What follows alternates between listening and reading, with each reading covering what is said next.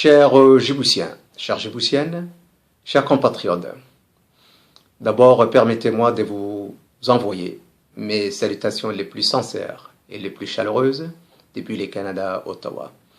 Quelle que soit votre latitude géographique, que vous soyez à l'intérieur du pays ou à l'extérieur, je vous salue tous et toutes. Chers compatriotes, vous n'êtes pas sans le savoir aujourd'hui que notre pays traverse une crise sans précédent. Nous sommes dans une situation d'urgence où il faudra sauver le pays. Le régime en place, le régime qui est là depuis 1977, est un régime aux abois, un régime de fin de règne, un régime dont les jours sont comptés, un régime atteint de monopause.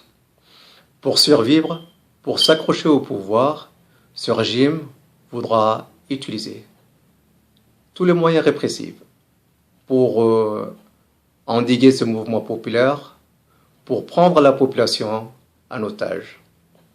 Pas plus tard qu'hier, vous avez remarqué que au tribunal, M. Daher Ahmed Farah a été relaxé. La justice djiboutienne lui a accordé une relaxe.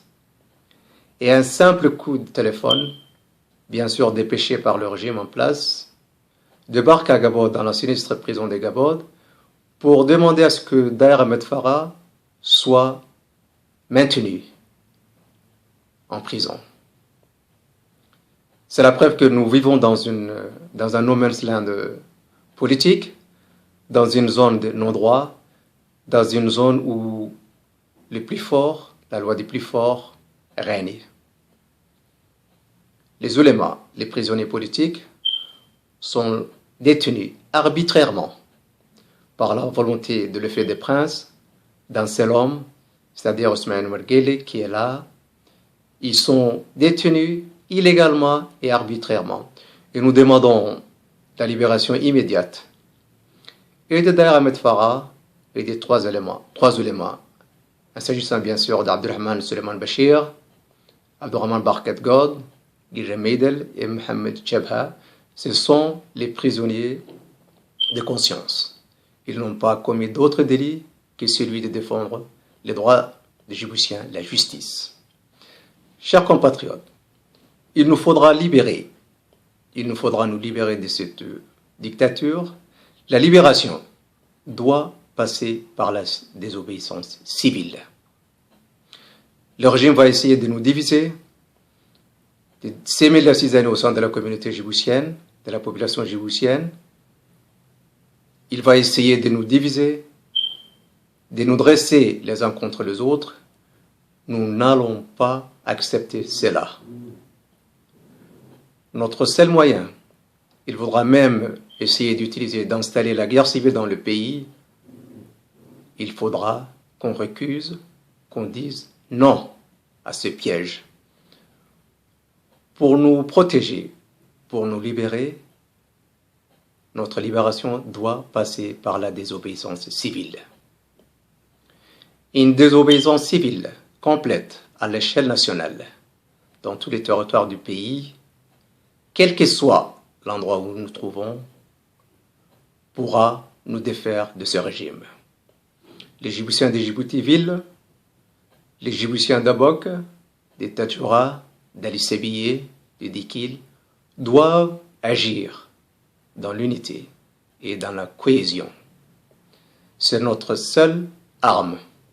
Bien sûr, je comprends ceux qui prônent, ceux qui veulent déjà utiliser la guerre, prenez la guerre, prendre les armes. Nous ne voulons pas de cela. Notre moyen de libération doit passer par la désobéissance civile.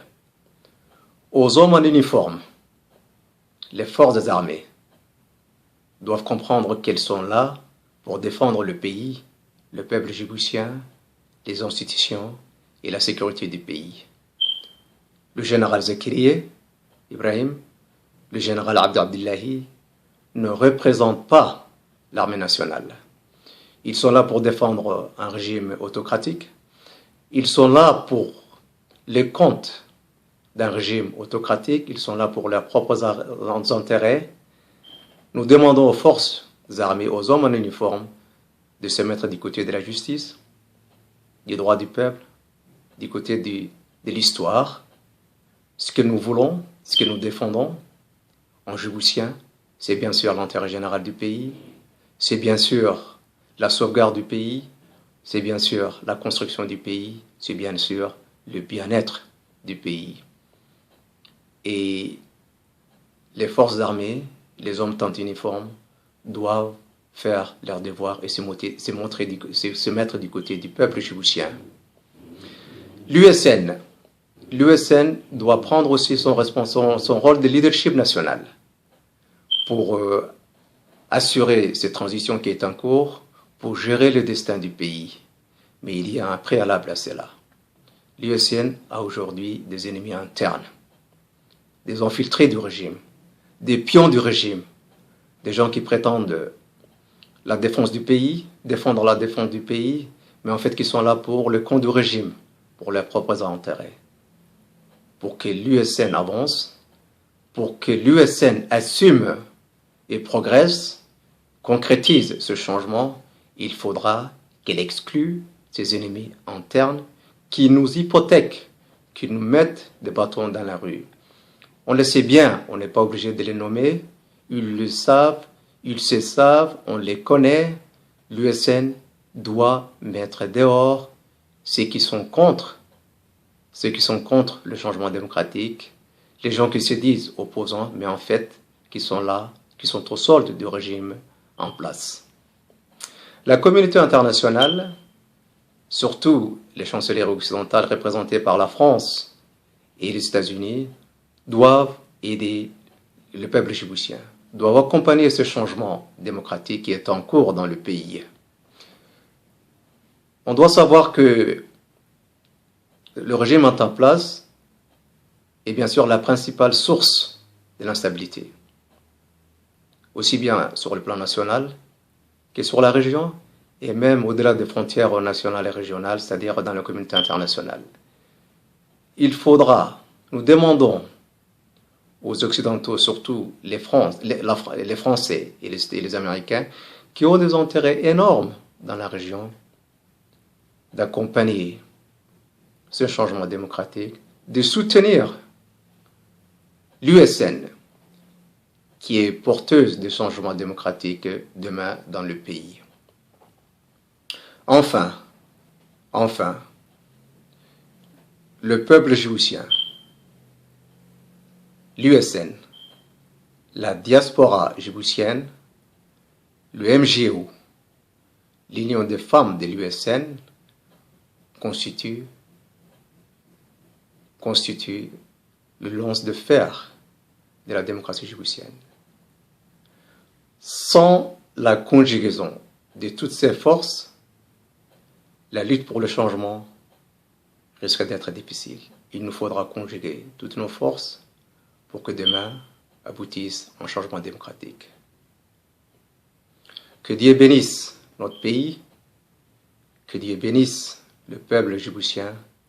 Vive la démocratie, vive la liberté, vive le changement. Enfin, vive la paix.